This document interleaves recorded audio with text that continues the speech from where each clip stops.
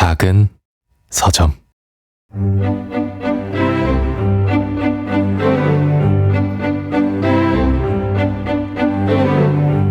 안녕하세요. 작은 서점에서 장강명의 인생책 코너를 맡고 있는 소설가 장강명입니다. 1부에서는 초대 손님이 추천한 책을 함께 읽고요. 2부는 사람 그 자체를 들여다보는 시간이죠. 남궁인 작가님은 응급의학과 전문의로 생과 사의 갈림길에 있는 환자들을 17년째 돌보고 있습니다. 뿐만 아니라 현장에서 배운 인간적 통찰을 책을 통해서 독자들에게 들려주고 계신데요. 꾸준히 이 길을 걸어가고 있는 원동력은 무엇인지, 사람 남궁인은 어떤 모습인지, 오늘은 그 이야기를 들어보겠습니다.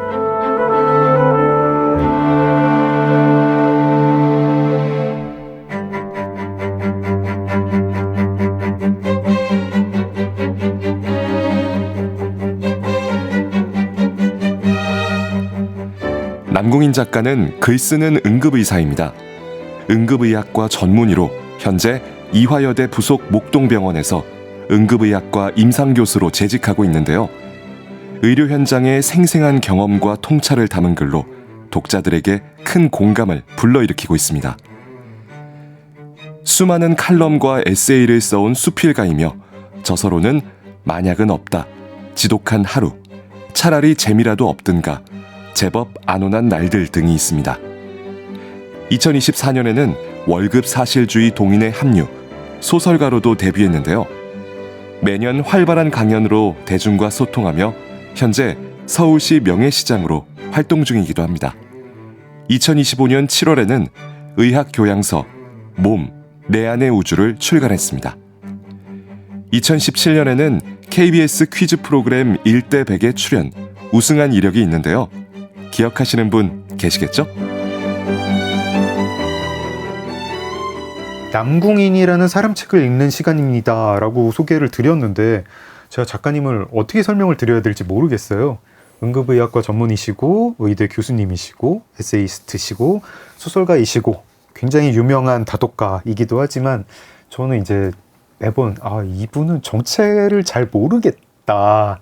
보통은 이제 에세이를 읽으면은 이제 왠지 좀 그 사람 마음 깊은 곳을 보는 것 같고, 뭐 작가님 에세이도 그럴 때가 있었는데, 그러다가도 어느 부분은 굉장히 세련되게 여기는 보지 말아주세요 하고 가리는 그런 느낌도 들고, 작가님은 나는 어떤 사람이다 라고 한 줄로 스스로를 이제 소개를 해야 된다면 어떻게 하시겠어요? 카피라이터 같으신다면. 저 일단 본업이 응급의학과 전문의인 사람입니다. 네. 사실 작가 활동도 이제 거의 10년 차가 네. 되었는데요. 중견 작가에 이제 접어드실 예정이죠. 중견 중견 작가. 베스트셀러 작가를 넘어 중견 베스트셀러 작가. 근데 그래서 이제 이런 질문을 많이 받았습니다. 그래서 농담처럼 네.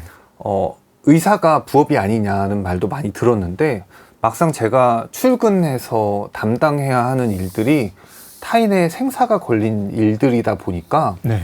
제가 그런 얘기들을 한두 번 한 적이 있었는데, 이제 그날 바로 출근해서 이제 피 막 뒤집어 쓰면서 막 생사가 걸린 막 술빵 올리고 이런 것들에서 간신히 살려낸 다음에 이 일을 하면서 장난으로라도 이게 본업이 아니다란 말을 하지 말아야겠다. 네. 이건 타인에 대한 무례 같은 거다 라고 생각이 들었습니다. 네. 그래서 저는 응급학과 의사가 본업인 사람입니다. 그리고 그 나머지 시간에는 에세이스트가 기본이 되는 글을 쓰는 사람인데, 네. 근본적으로는 제 이야기를 파는 사람입니다. 소설가도 그렇고 시인도 그렇고 에세이스트도 그렇고 자기 이야기를 파는 속성이 있듯이 네. 저도 응급의학과를 본업으로 한, 그리고 그냥 저라는 사람에 대한 이야기를 글로 써서 뭔가 사람들에게 이야기하거나 글로 전달하는 일을 하는 사람입니다. 응급의학과 전문의가 본업이다. 네. 여쭤본 사람이 약간 부끄러워지는 명답이었습니다. 저 모든 게스트한테 저희가 공통 질문을 드리고 있거든요. 하루 일과 어떠냐 이런 질문인데 특히 작가님 답변이 되게 궁금해요. 제가 작가님 축구도 그렇게 열심히 하시는 줄 몰랐어요. 에세이 읽다 보면은 응급실에서 막 20시간 동안 깨어있는데 또 환자 왔고, 오늘은 환자 수백 명을 봤다. 이런 부분도 나오는데 뭐 이렇게 책 읽으시는 거 보면은 하루 종일 책만 읽어도 이렇게 못 읽겠다 싶기도 하고 글도 막 어마어마하게 쓰시고 축구도 하시고 방송도 하시고 네 하루 일과 어떻게 되세요? 기본적으로 제 하루 일과는 아주 불규칙적입니다. 아, 그러니까 제 직업의 본업의 특성상 네. 밤을 새야 하고 체력 소모가 상당히 많기 때문에 그에 일단은 그 메인으로 그게 따라갑니다. 그래서 데이 근무, 아침 10시에 출근해서 밤 10시에 퇴근하는 데이 근무 때는 네. 하루 종일 그냥 말 그대로 병원에서 환자를 봅니다. 네. 그 다음에 돌아오면은 사실 체력이 많이 소모가 되어 있어서 채우는데 좀 시간이 필요합니다. 네. 그래서 그 채우는 동안은 이제 책을 들고 누워서 체력을 채웁니다.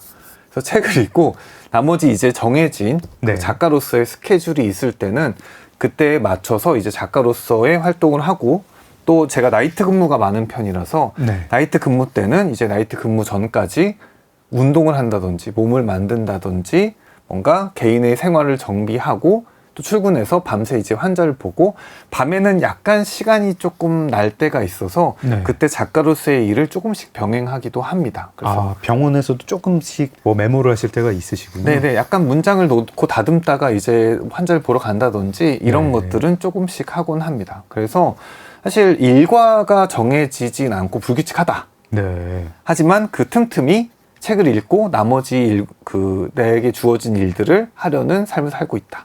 병원 안에 계시거나 아니면 병원 밖에 계실 때거나 그러니까 뭐 근무를 하시는 날이거나 아니면 오프 하시는 날이거나 이렇게 꾸준히 지키시는 어떤 일정 같은 게 있으실까요? 뭐 어떤 리추얼로서 뭐 어떤 의식으로서 뭐 이렇게 지키는 뭐 매일 아침에 일어나면 꼭 이것만은 한다든가 혹은 뭐 자기 전에 꼭 이것만은 한다든가 그런 건 없으실까요? 딱 하나 있다면은 종이책을 손에 들고 다니는 겁니다. 아, 그래서 책이 어디 약속 장소에 가든 네, 어디 뭔가를 나가든 방송에 가더라도 네, 책을 읽으면서 가야 하는 습관이 있어요. 아, 그래서 그게 제가 지키는 거의 뭐 유일한 리추얼 같습니다. 그 전자책은 안 읽으시고 오로지 종이책으로 오로지 종이책 읽습니다. 두꺼운 뭐 벽돌책도 그냥 벽돌책으로 그냥 들고 다닙니다. 이렇게 들고 다니다 보면은 네. 사람들 만날 때 이야기도 되고 네. 뭔가 그냥 제가 끊임없이 이야기를 할 거리가 거기서 나온다는 느낌이 들고 네. 결정적으로 너무 오랜 습관입니다. 저희 네. 20대부터 습관이어서 계속 40대까지 하고 있습니다. 아, 이거 뭐라 그러죠? 뭐 한자성어 수불속권이 있듯이든가요? 네, 뭐 그런 게 있죠. 네. 이번에 과학책을 내셨어요. 이렇게 과학책 내신 건 처음이죠? 네, 맞습니다. 네. 몸 내 안의 우주. 분량이 500쪽이 넘는데 그냥 이렇게 두께도 두꺼운데 제가 읽다가 되게 감탄했습니다. 밀도가 엄청 높아가지고 되게 신기한 경험이었습니다. 술술술 잘 읽히는데 밀도가 엄청 높고 다 읽고 나서 약간 책이 좀 특이해요. 특이하다는 얘기 좀 들어보셨죠? 네, 맞습니다. 네. 과학 교양서 중에서 이 정도면 진짜 탑티어다. 정말 최고 수준이다. 생각을 하는데 좀 특이하다고 생각을 이게 왜 특이하지?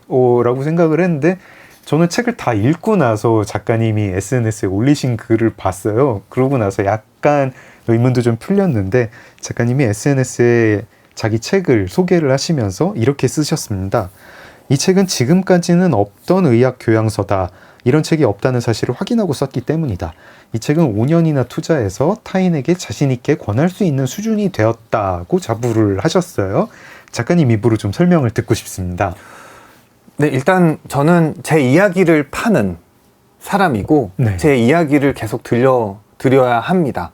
그런데 작가는 항상 그 다음에 무엇을 쓸 것인가란 질문을 받는 직업이라고 생각을 하고요. 네. 전 응급실의 이야기들 그리고 제 이야기들 많이 썼지만 뭔가 새로운 사람들에게 들려줄 이야기가 필요하다고 생각했는데 네. 그게 과학 지식이 되어야 한다고 오래전부터 생각을 해왔습니다. 네. 그래서 왜냐면은 과학 지식도 엄연한 제 이야기거든요. 그쵸. 제 전문 분야고 네. 제가 20살부터 평생을 투자해서 얻고 또 임상 필드에서 그것들을 체화한 그 내용들이 말하자면 제 이야기인 겁니다. 네. 그래서 이 의학 이야기를 들려줘야겠다라고 다짐을 한 게 5년 전이었고요. 사실 이전부터 구상은 있었지만 네. 본격적으로 착수한 게 5년 전이었습니다. 네. 하지만 어떤 방식으로 이 이야기를 들려줘야겠다는 이제부터 제가 고민할 문제였죠. 네. 그래서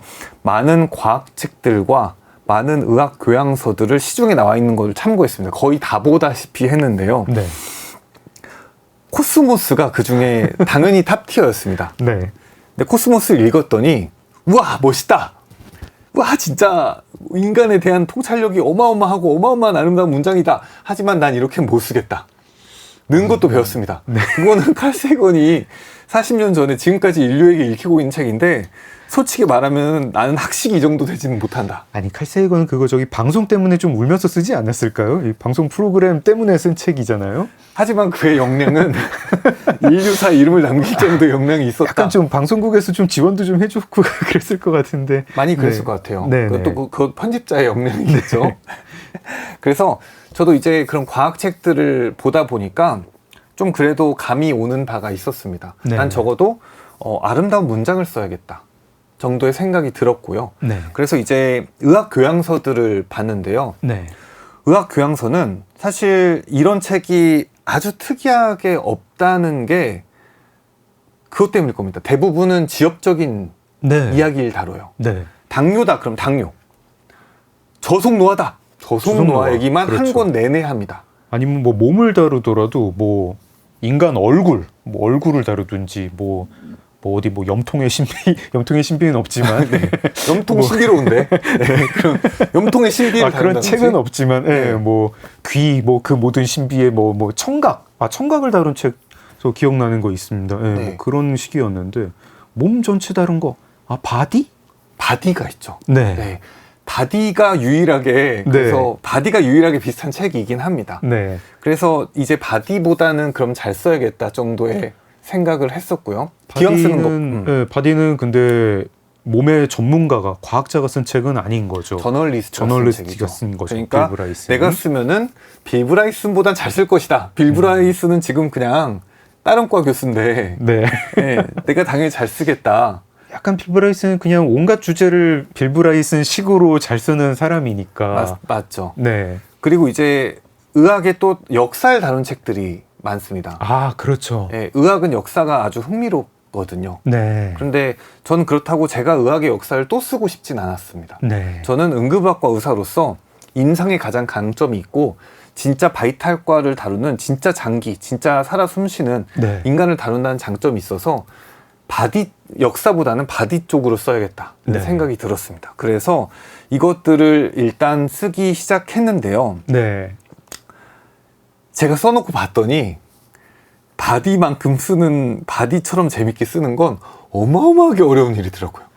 그 바디도 그렇고, 그러니까 빌 브라이슨의 그 빌 브라이슨 류의 저술법도 그렇고, 뭔가 이 뭐 예를 들어가지고 뭐 시간이든 뭐 뭐든 뭐 이렇게 모든 것, 예, 뭐 거의 모든 것의 역사든 뭐 이렇게 통시적으로 이렇게 접근하는 것도 이렇게 쓰기 쉬워서 그렇게 쓰는 거 아닌가 하는 생각도 약간 들더라고요. 맞아요. 하지만 네. 재밌죠. 네.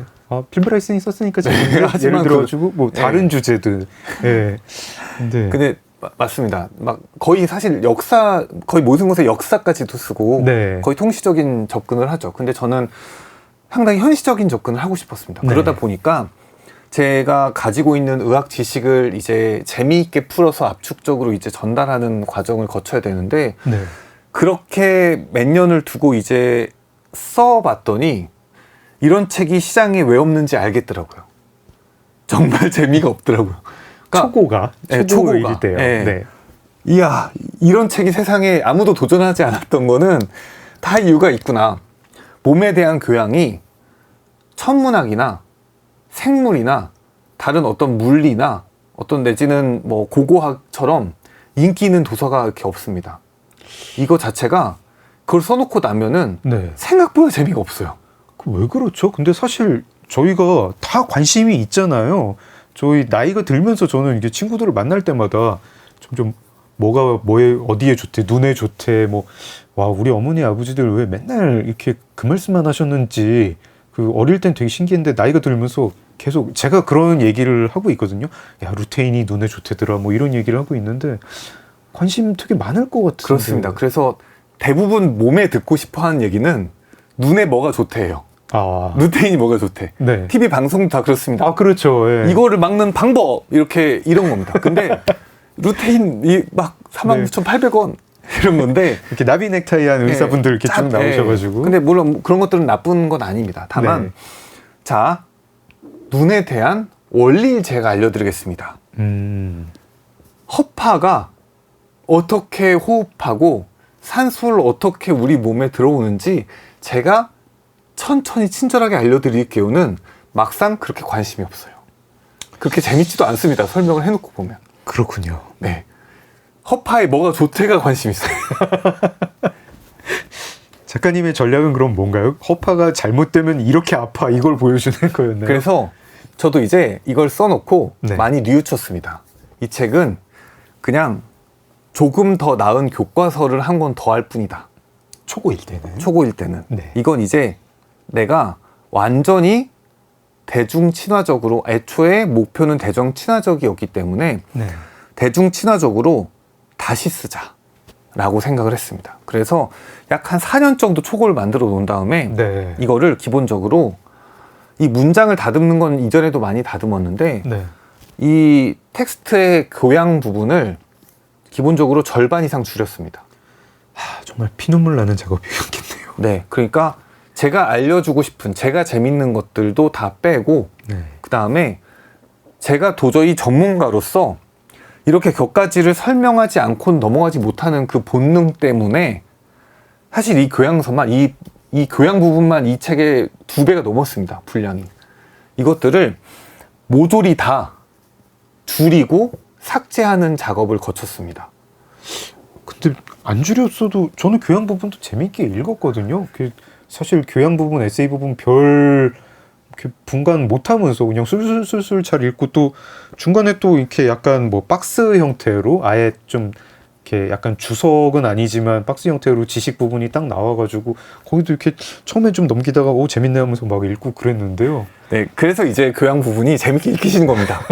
네, 이게 2배였으면은 아무리 장 작가님이 책을 사랑하시는 분이어도 꽤 이건 의대생이 봐야 되지 않을까? 정도로 느끼셨을 수도 있습니다.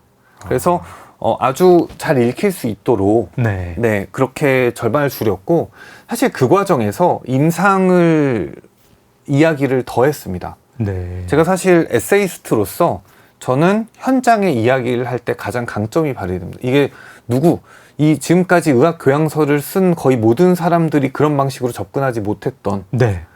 자기 에세이, 저조차도 제 에세이 위주로 쓴다든지 한 분야를 쓴다든지 이렇게 모든 장기가 다 오는 분야에서 이 환자들과 병행해서 교과서의 형식으로 쓸 수 있는 게 없어서 제 특장점을 발휘하자라는 그 컨셉을 마지막에 잡고 각 장기별로 이 줄여놓은 텍스트에 네. 스토리를 만들어서 네. 그날 제가 출근하면 그날따라 그 장기 환자만 오는 겁니다. 사실 소설이죠. 네, 사실 네. 소설입니다. 뭐 그냥 재구성한. 네. 오늘따라 몇억 개 환자만 온다. 야, 네. 이건 정말 특이한 일입니다. 오늘따라 신경계 환자만 온다. 이런 것들을 오고 이게 소설이다 보니까 마지막은 클라이맥스가 있어야만 합니다. 네. 그래서 그 장기가 가장 안 좋게 된 분이 마지막에 오세요. 약간 이런 구성도 있더라고요. 처음에 이분 얘기를 하고 쭉 설명이 나오고 그분의 그래서 처치는 어떻게 되었는지 혹은 그분은 어떻게 병원을 나가시거나 다른 병실로 가셨는지 이렇게. 맞습니다. 네. 그런 식으로 이제 스토리를 향해 가서 이 사람을 어떻게 치료하지?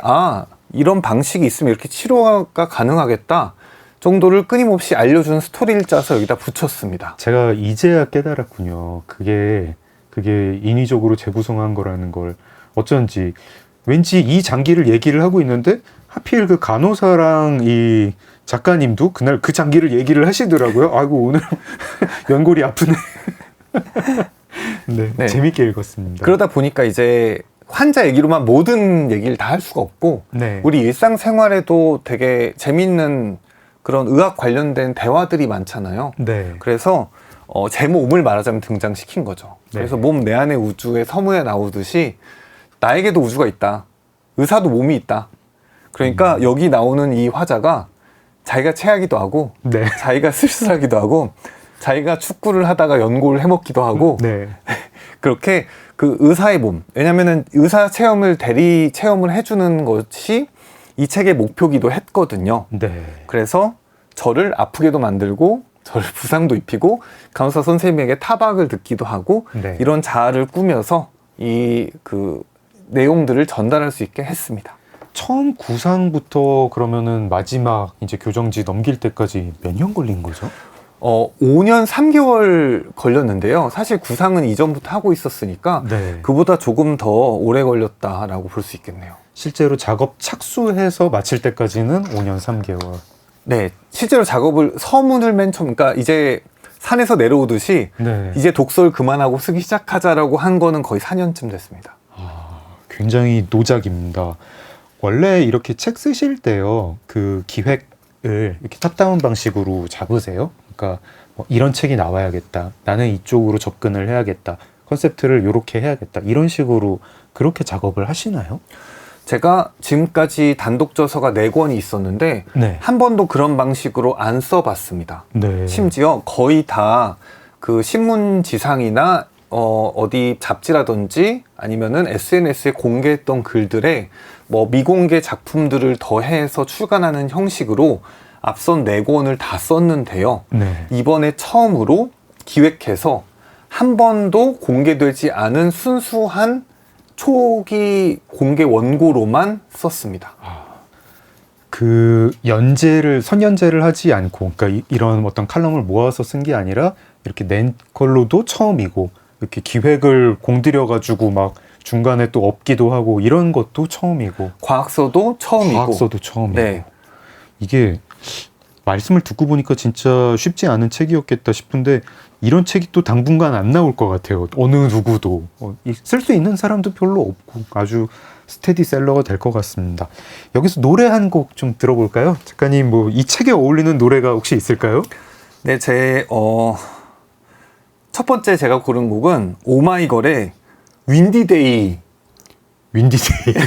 라는 노래인데 제가 사실 노래를 옛날에 네. 어둠의 시인이 되고 싶었던 때는 네. 이렇게 킹스 오브 컨비니언스 이렇게 포크 노래를 조용히 듣고 이제 감정을 고조시키는 역할을 했습니다. 근데 네. 이제 너무 감정을 이렇게 고조시키다 보니까 네. 좀 마음이 그래서 네. 요즘은 아이돌 노래를 들으면서 작업을 합니다. 그래서 제가 처음 만약은 없다를 낼 때 네.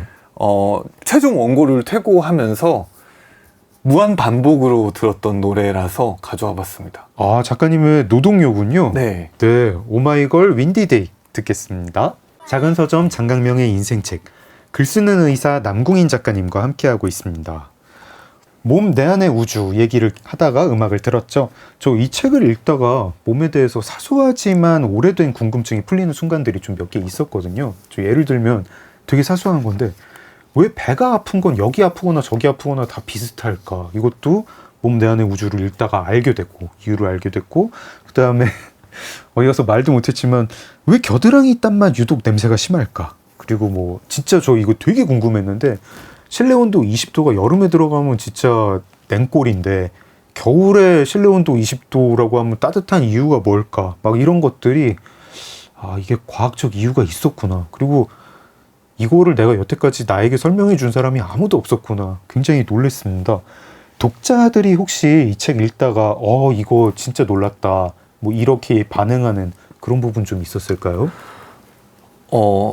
딱 그 뒤에 신경계 쪽에 한 대목이 있었는데요. 네. 약간 코스모스의 블루페일닷처럼 네. 우리의 인간의 무엇인가란 좀 질문을 던질 만한 대목이 하나 있었는데 네. 우리가 모든 감각은 전부 다 신경계에서 우리가 많은 감각을 느끼게 됩니다. 근데 네. 이 신경은 결국은 전기를 사용합니다. 네. 그래서 거꾸로 이 전기를 가지고 감각을 만들어낼 수가 있어요. 네. 그래서 이 책이 그런 대목이 있습니다. 사람을 가져다가 얼굴에다 전극을 꽂고 전류를 흘리면은 어떤 식으로든 눈은 뭔가 보고 코는 뭔가 맡고 네. 귀는 뭔가 들릴 것이다. 왜냐면은 그들은 전기 신호니까. 그렇기 때문에 이 전기로 사람의 감각을 사실은 아예 만들어 버릴 수가 있을 것이다. 있다. 뭔가 일론 머스크가 좋아할 것 같은 얘기네요. 네. 근데 실제 궁극적인 거는 궁극적으로 인간의 뇌가 전기를 쓰는 것 자체를 바꿀 수 있는 사람은 없어요. 그게 그냥 정해진 거라서. 네. 이게 너무 당연한 과학적인 건데 막상 얼굴에다 전류를 꽂으면은 고문이고 비정상적인 거잖아요. 그게 뇌가 아니라 얼굴에다 꽂아도 그게 되는 건가요? 뇌에다 얼굴에 꽂으면 이 감각기에다 전류를 쏘면은 이게 그 뇌에서 어떤 방식으로든 해석이 되는 겁니다. 아. 네. 그래서 이걸 가지고 되게 사람들이 충격적으로 느끼시더라고요. 근데 저희에게는 생각보다 과학적인 사실이거든요. 눈에다 전기를 쏘면 뭔가 보인다는 게 네. 당연한 거지만 이 어떤 그 인류를 고문하는 이것과 연결돼 가지고 많은 분들이 놀라시더라고요. 약간 뭐 매트릭스 뭐 이런 거하고도 이렇게 조금 더 발전하면 매트릭스 되는 거잖아요. 정확합니다. 그래서 인간의 뇌만 어디 담가놓고 어디 SF에 상당히 많이 나오는 메타포죠. 그렇죠. 뇌를 네. 담가놓고 이렇게 통속의 조정을 뇌. 한다는 게 네. 그게 인간의 뇌에 우리가 뭔가 느끼고 감각하고 지식하고 뭐 사고하고는 전부 다 전기 화학의 결과물일 뿐입니다. 그 신호에 그냥 어떠한 미시적인 움직임일 뿐이에요. 그래서 조종이 가능한 거죠. 저는 신경계 얘기에서 제일 놀랐던 거는 아까 말씀드렸지만 20도가 왜 여름엔 시원하고 겨울엔 따뜻한가였는데 다른 분들은 굉장히 인류의 미래라든가 이런 거에 놀라시는군요. 네, 이 20도 얘기는 네. 한 번도 누가 언급한 적이 없었는데 저는 재밌어서 썼는데 너무 재밌었는데 예. 저는 계속 너무 궁금했었거든요. 그 여름철에 뭐 막 그 얘기 하잖아요. 에어컨 뭐 몇 도로 내리지 마라, 뭐 건강에 안 좋다, 뭐 그러면서 뭐 바깥 실내 온도와 뭐 몇 도 차이 나게 하지 마라. 그러면 제가 늘 생각할 때 아니 겨울에는 실내 온도랑 차이 많이 나도 막 영하 10도일 때 이렇게 20도씩 차이 나도 건강 얘기하는 사람 없던데 뭐 이런 생각도 맞습니다. 하고. 그래서 모든 이 문단들이 네. 다 뭔가 내가 이런 새로운 사실을 알았네 정도로 연결될 수 있게 말하자면 썼어요. 네. 그러려고 노력을 좀 했고요. 그래서 그냥 우리 몸에 온점과 냉점이 있는데 네. 온점과 냉점이 있다. 온점은 따뜻한 거, 냉점은 차가운 거다가 아니라 뭔가 이걸 설명하면서 그들이 활동하는 방식은 델타 값이다. 네. 왜냐하면 델타 값을 생각해보면 그게 훨씬 생존에 중요하다. 절대값을 느끼는 것보단 상대값을 느끼는 게 우리 인류의 어떤 생존에 영향을 줬을 것이다. 델타 값이라는 건 이제 변화량 맞습니다. 얘기하는 거군요. 네. 변화량. 네. 그래서 추운 데 있으면은 조금이라도 따뜻한 곳을 찾아서 만족을 느껴라. 네. 너무 더운 데 있으면은 조금이라도 찬 곳을 찾아서 만족을 느껴라. 이게 델타값, 변화값이 아니었다면은 에어컨 바람을 쐬도 어차피 더울 거 아닙니까? 그렇죠. 그러면은 뭔가 그 생존에 그렇게 도움이 되진 않겠죠. 에어컨 바람 온도가 몇 도냐가 중요한 게 아니라 그 전에 내가 온점에서 느끼고 있던 온도랑 온도 차이가 몇 도가 나느냐가 정확합니다. 중요하다. 그런 식으로 뭐 배가 아픈 것과 뭐 겨드랑이 땀도 그런 네. 방식으로 다 설명을 하고 있습니다. 저는 매우 궁금했는데 저는 청취자분들 중에서도 이게 궁금하신 분이 매우 많을 거라고 생각을 합니다. 몸 내 안의 우주에 아주 쉽고 재미있게 답이 나와 있습니다. 근데 저는 사실은 이 과학교양 부분 재밌었지만 간간히 나오는 에세이 부분이 너무 재밌더라고요. 그리고 사실 이렇게 제가 여쭤보고 싶었던 게 좀 이 몸 내 안의 우주에 그 에세이 부분에 나오는 게 있었어요. 예를 들어가지고 239쪽에 이제 작가님의 친구분 이야기가 나오고 간호사분이 작가님께 여쭤보는 대목이 나옵니다. 친구분이 모바일 이식 센터를 차려가지고 돈을 굉장히 많이 벌었다는 이야기가 나오고, 그리고 간호사분이 이제 그거 왜 안 하시냐고, 왜 응급의학과를 하세요? 그렇게 힘든 일을 하고 이제 대답을 약간 좀 얼버무리시던데 저 좀 이 자리에서 좀 여쭤볼게요. 저는 기본적으로 책임지는 사람이 좀 되고 싶었습니다. 근데 그 책임 중에서도 죽음에 좀 관심이 많아서 결국은 바이탈을 보는 죽음을 책임지는 과 중에 하나를 가고 싶었어요. 그게 약간 제가 젊을 때 뇌가 그렇게 판단을 했습니다. 지금 같으면 좀 다르게 판단할 수도 있을 것 같은데, 그래서 인턴 과정에 네. 다양한 과들을 돌아봤더니 응급의학과는 죽음을 사망 선언을 하는 매단되는 과입니다. 신경외과, 외과, 내과, 응급의학과에서 거의 모든 사망 선언을 합니다. 그런데 응급의학관 가봤더니 네. 그 외에도 모든 환자를 다 보더라고요.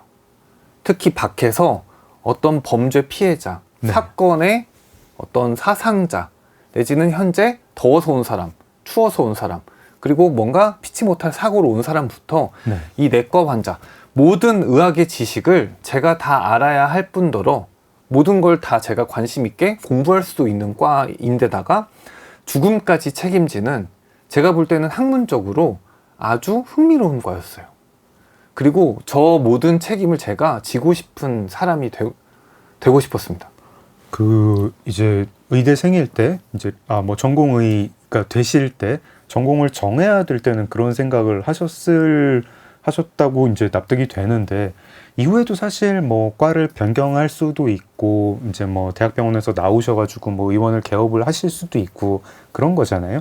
지금 응급의학과 전문의로서 사실 이제 굉장히 격한 경무에 시달리고 계신데 막 충족이 되는 순간이 있으신가요? 충족이 된다면은 응급실에서 어떤 의사로서 어떤 충족감을 맛본다면 뭘까요? 뭐 어떤 사람을 살려냈을 때의 뿌듯함일까요? 아니면 굉장히 이 어떤 긴장이 주는 어떤 몸과 마음이 순결해지는 그런 느낌일까요? 아니면은 내가 이 순간에는 이곳을 장악한다, 여기서는 내가 최종 책임자다, 그런 데서 만족감을 느끼는 직업도 있잖아요.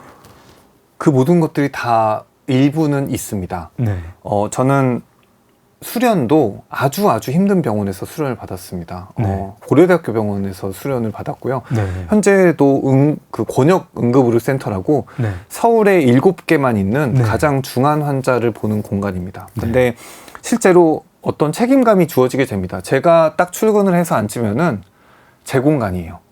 제가 모든 걸 컨트롤합니다. 네. 그래서 제 책임 하에 많은 사람들을 진료할 수도 있고, 이 환자들이 나름대로의 만족스러운 진료를 받고 오늘 밤에 어떤 위기를 넘기고 귀가하실 수가 있어요. 네. 그것도 있지만 이 중환자가 오는 공간에 일부러 계속 있는 거는 네. 그런 의사 특유의 그런 게 있습니다. 중환을 놓기 싫은, 이 수련은 힘들게 받고 진짜 생사의 고비만 많이 보다 본 중환자를 다뤄본 의사들은 그거를 벗어나는 일을 꽤 힘들어합니다. 내가 이 환자 도대체 어떻게 살리지? 이 환자 진단병이 도대체 뭐지?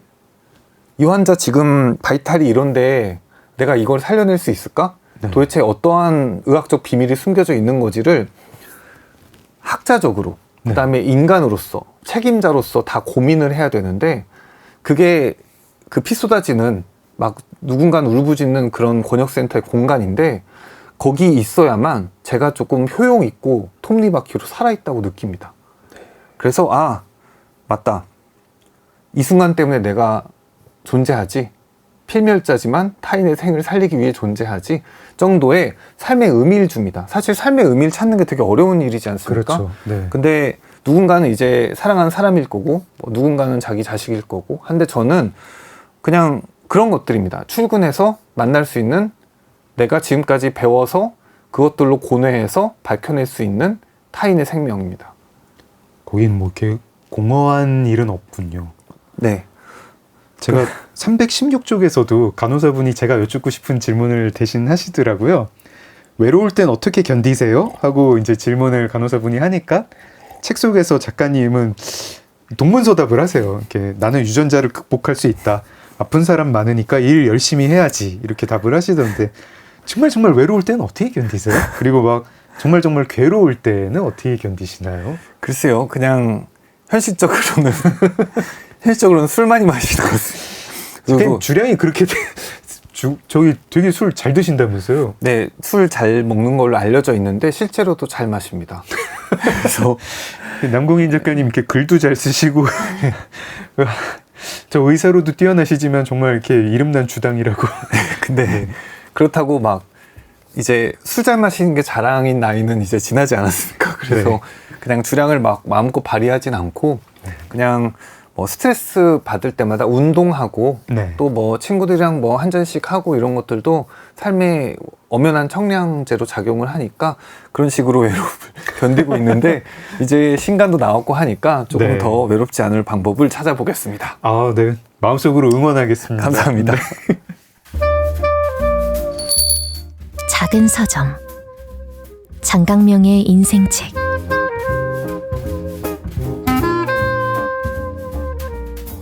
SNS 글 이제 제가 작가님 이 모시기 전에 작가님 계정을 좀 찾아봤는데 유튜브화라는 제안을 정말 많이 받으신 모양이에요. 그리고 근데 이 책을 쓰기 위해서 지필에 방해되는 거 치우고 모임도 안 나가고 SNS 업데이트도 안 하시고 동영상 프리미엄 그건 그냥 구독하셔도 될 것 같은데 그것도 취소를 하시고 쇼핑 구독도 서비스를 취소를 하셨다고 그 외에 커리어에 도움이 될 제안을 전부 거절하면서 이 책 지필에 매달리셨다. 4년 끝에 노작이 나왔는데 근데 저는 이 구절이 되게 마음에 와닿았습니다. 그러면서 그렇게 글을 쓰시는 동안에 책이라는 매체를 누가 읽어줄까 하는 두려움도 느끼셨다고요.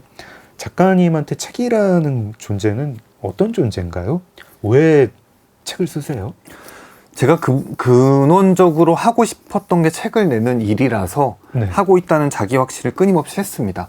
지금도 다르지는 않아요.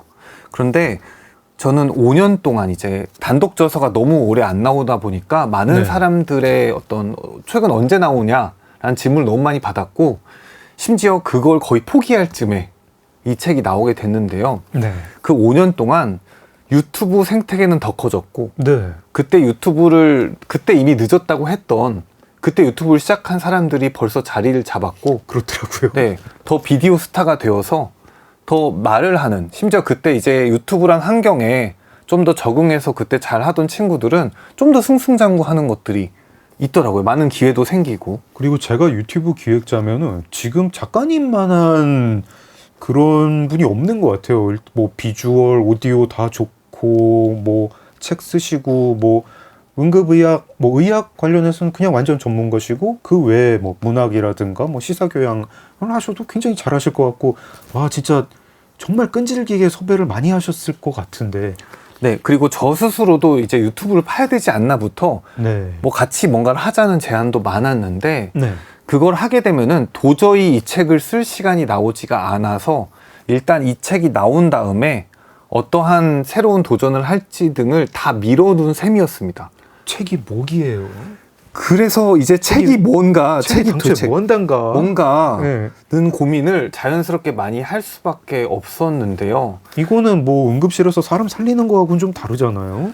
심지어 500페이지가 넘는 네. 최근에 300페이지만 넘어도 사람들이 잘 안 보지 않습니까? 그리고 사실 편집자들도 약간 기왕이면 좀 얇게 내시죠. 이런 은근히 막 권하지 않나요? 약간 많이 예, 요즘 300이 넘어가는 순간 좀 힘들어져요. 홍보하기 뭐 이런 얘기 좀 오히려 안 하시나요? 책은 더 얇아지고 네. 더 컴팩트해지고 더 어떤 인터넷 환경과 닮아가고 있는데 네. 이렇게 우직하게 책을 내는 게 과연 무슨 의미이고 과연 이걸 내가 낸다고 해서 사람들이 처음부터 끝까지 이거를 진짜 내 의도대로 다 읽고 와 이거는 감동적이네 이렇게 썼네를 알아줄까는 그런 고민을 정말 많이 들 수밖에 없었습니다. 다만 저는 사람은 유년기 시절을 벗어날 수 없고 자기가 깊은 감동을 받은 무엇인가에 벗어나는 건 꽤 에너지가 드는 일인데다가 사실상 저는 거의 어렵다고 봅니다. 근데 오늘 인생책 저번에 소개해드렸던 것처럼 제가 평생 깊은 감동을 느낀 매체는 전부 다 한 권의 책이었습니다. 네. 물성 있는 한 권의 책. 네. 처음부터 끝까지 사람을 휘어잡고 결국은 울거나 웃기거나 감동을 주는 것들도 다 책의 물성을 가진 그런 것들이었습니다. 그래서 저는 그것들을 이 위대한 책들과 가까이 가지는 못할 지언정 내가 최선을 다한 무엇인가를 한 권의 책의 형태로 쓰고 싶었고 그게 제가 아마 의학책을 더 쓰지 못할 거예요. 그리고 교양서의 시대는 아마 AI가 지배해서 이게 인간이 낼 수 있는 거의 마지막으로 인간의 고유한 개성이 들어있는 교양서라는 생각까지도 했습니다. 네. 먼 좋은 미래를 보고도 많이 느꼈습니다. 네. 그럼에도 불구하고 거의 인류 최고의 의학 교양서, 해외에도 이런 책이 없었고 나만 쓸 수 있는 것이니까 이거를 기어코 완성을 해내고 그리고 어떠한 변화를 겪더라도 겪자라는 생각으로 5년 동안 내내 써왔습니다. 근데 저도 뭐 이제 유년기에 저를 울리고 감동을 주었던 것들이 이제 단행본 한 권의 책들, 그 물성이 있는 책들이었는데요. 좀 이제 그럼 그냥 어린 시절에 좋아했던 거라서 좋아한다라고 답을 하면 약간 좀 허탈하지 않나요? 그러니까 앞으로 세상을 바꿀 힘이 책한테 혹시 없는 거 아닐까? 미래에 오는 사람들은 이제 책으로 영향을 받는 게 아니라 뭐 쇼폼 콘텐츠로 뭐 영향을 받든지 아니면 뭐 웹소설로 뭐 웹소설 혹은 뭐 어떤 웹 기반의 어떤 뭐 동영상이든 뭐 텍스트든 그런 거에 영향을 받든지 이런 시대가 오는 거 아닐까? 막 저는 그러니까 작가님이 이걸 쓰실 때에는 그래도 독자는 반드시 남을 것이다. 이런 책을 읽는 독자는 아무리 시간이 지나도 남을 것이다. 이런 믿음이 있으셨는지 아니면 그런 건 없이 그냥 내가 좋아하던 매체니까 썼는지 좀 궁금해요. 책이라는 매체의 미래에 대해서는 어떻게 생각하시는지도 좀 궁금하고요. 저는 책으로 된 세상을 오래 꿈꿔왔지만 네. 그런 세상이 오지 않더라도 놀랍지 않을 것 같아요. 예, 받아들여야 할 것 같다고 생각을 합니다. 네. 전 책을 정말 사랑하고 앞으로도 아마 책을 읽으려고 계속 노력을 할 거고 좋은 책을 계속 기꺼이 봐나갈 겁니다. 네. 근데 사실 세상이 그렇게 책이라는 물성을 접한 사람들은 계속 줄고 사실 고등학생 이외에는 성인들은 특히 책 읽는 사람을 거의 만나보기가 힘들 정도의 네. 어떤 마이너한, 그러니까 가령 독서는 오페라 같은 게 되어버린 겁니다. 소수 사람들만 즐기고 네. 그 사람들은 되게 뭔가를 잘 알고 심지어 멋있어도 보이지만 네. 대부분은 잘 모르는.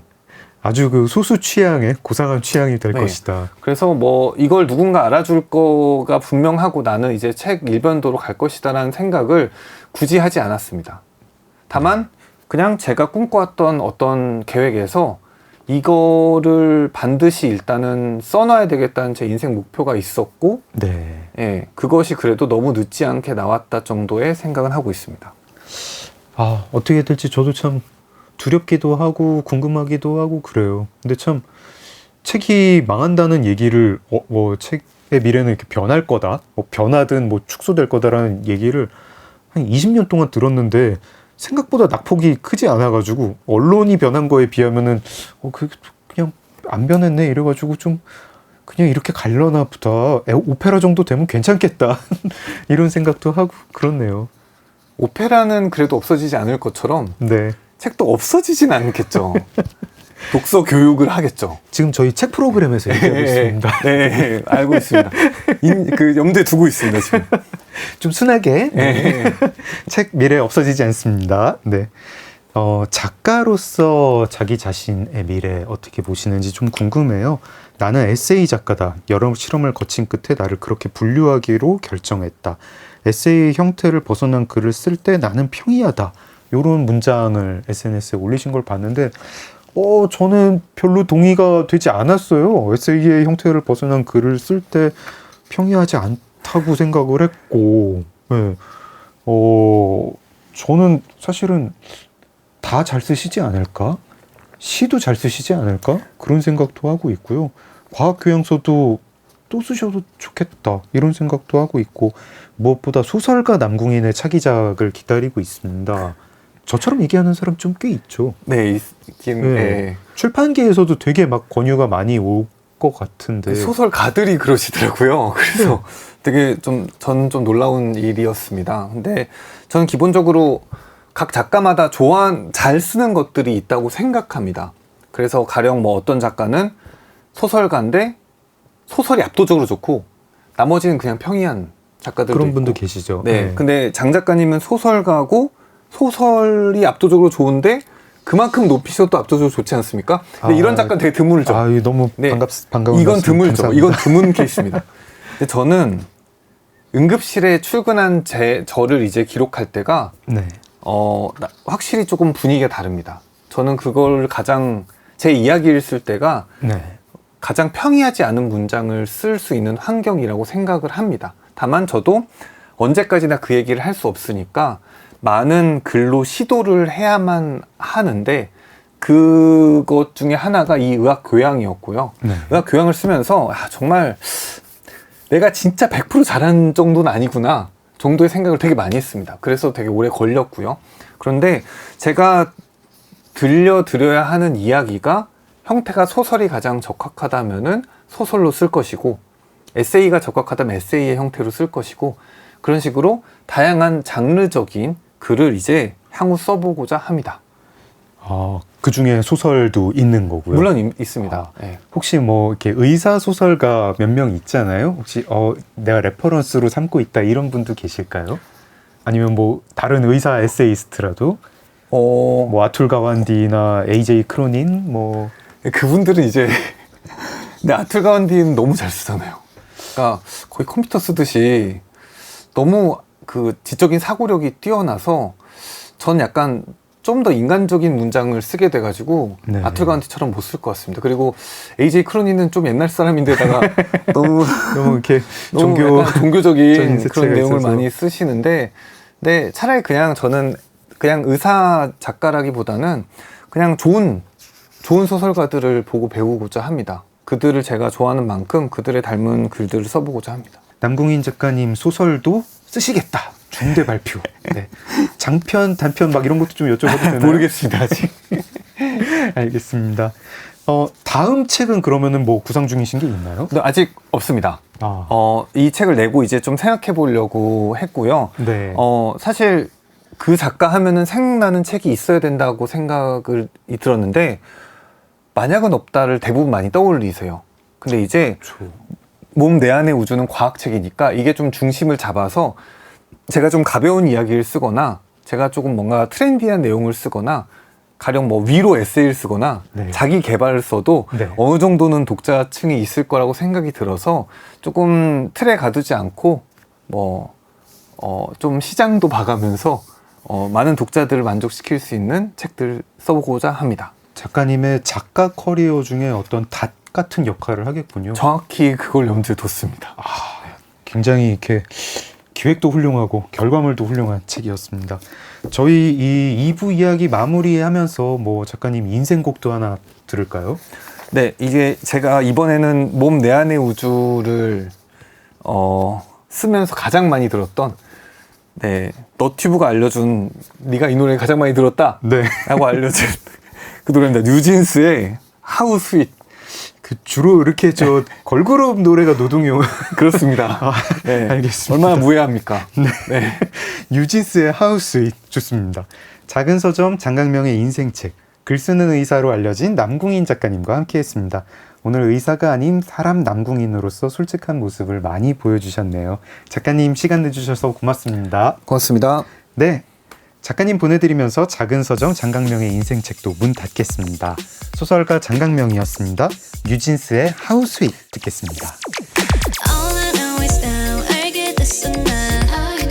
그동안 맨날 always up and down. 생각도 생각 spinning round and round, changing my mind.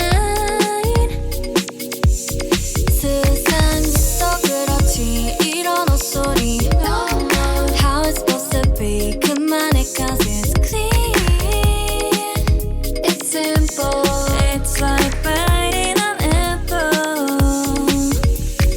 Toxic lover, you know better. 거기 숨지 말고 얼른 나와. Your little demons in my storyline, so no. And don't you know how sweet it tastes?